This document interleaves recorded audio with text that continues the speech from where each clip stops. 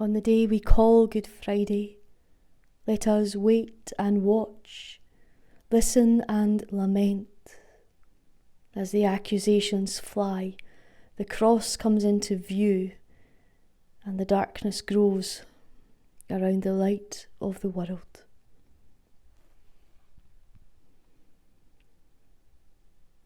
Now Jesus was standing before Pilate, the Roman governor. "Are you the king of the Jews?" the governor asked him. Jesus replied, "You have said it." But when the leading priests and the elders made their accusations against him, Jesus remained silent. "Don't you hear all these charges they are bringing against you?" Pilate demanded. But Jesus made no response to any of the charges, much to the governor's surprise. Meanwhile, the leading priests and the elders persuaded the crowd to ask for Barabbas to be released and for Jesus to be put to death. So the governor asked again, "Which of these two do you want me to release to you?" The crowd shouted back, "Barabbas!" Pilate responded, "Then what should I do with Jesus, who is called the Messiah?" They shouted back, "Crucify him!" "Why?" Pilate demanded. "What crime has he committed?" But the mob roared even louder, "Crucify him!" Pilate saw that he wasn't getting anywhere and that a riot was developing, so he sent for a bowl of water and washed his hands before the crowd, saying, "I am innocent of this man's blood. The responsibility is yours." And all the people yelled back, "We will take responsibility for his death, we and our children." So Pilate released Barabbas to them. He ordered Jesus to be flogged with a lead-tipped whip and turned him over to the Roman soldiers to be crucified. Some of the governor's soldiers took Jesus into their headquarters and called out the entire regiment. They stripped him and put a scarlet robe on him. They wove thorn branches into a crown and put it on his head. And they placed a reed stick in his right hand as a scepter. Then they knelt before him in mockery and taunted, "Hail, King of the Jews!"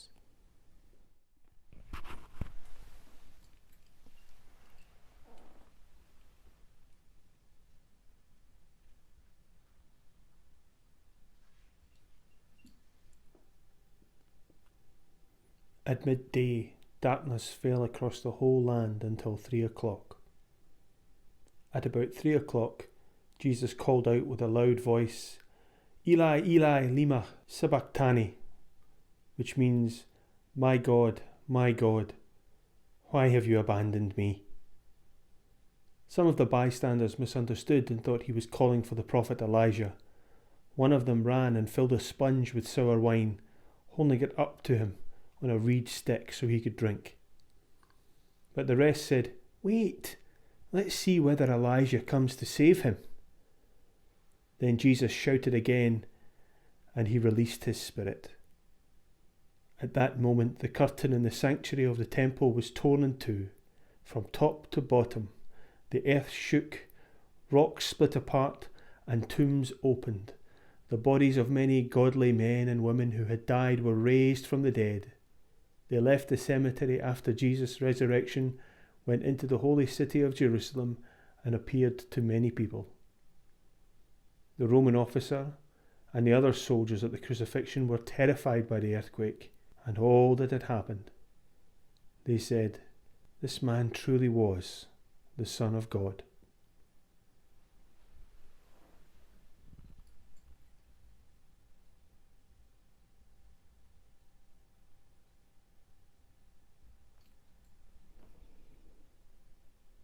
As evening approached, Joseph, a rich man from Arimathea, who had become a follower of Jesus, went to Pilate and asked for Jesus' body. And Pilate issued an order to release it to him. Joseph took the body and wrapped it in a long sheet of clean linen cloth. He placed it in his own new tomb, which had been carved out of the rock. Then he rolled a great stone across the entrance and left. Both Mary Magdalene and the other Mary were sitting across from the tomb and watching.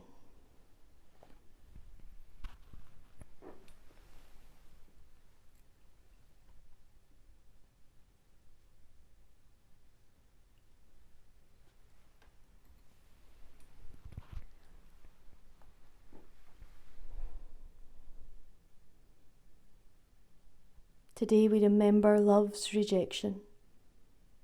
As Jesus was scourged and scorned, struck and spat upon, insult after insult heaped upon him, before being led out to Golgotha to die the most brutal of deaths.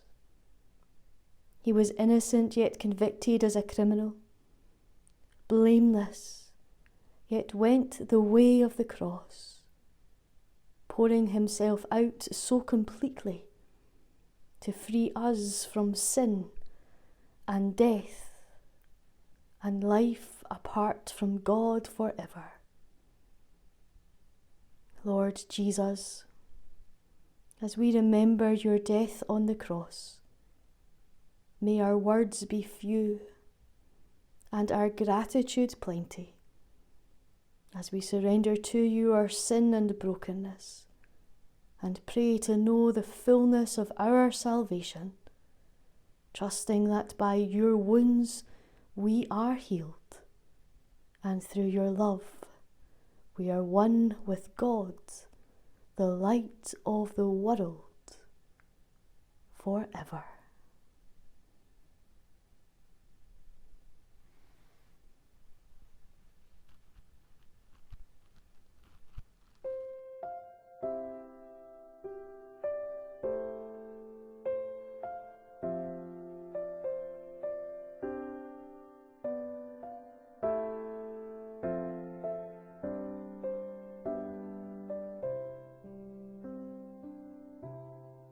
Were you there when they crucified my Lord?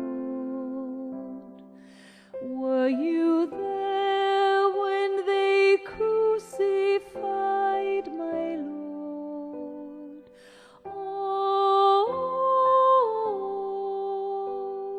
sometimes it causes me to tremble, tremble, tremble. Were you there when they crucified my Lord? Were you there when they nailed him to the tree? Were you there when they nailed him to the tree? Oh, sometimes it causes me to tremble, tremble, tremble. Were you there when they nailed him to the tree? Were you there when they laid him in the tomb? Were you there when they laid him in the tomb? Oh, sometimes it causes me to tremble, tremble, tremble. Were you there when they laid him in the tomb?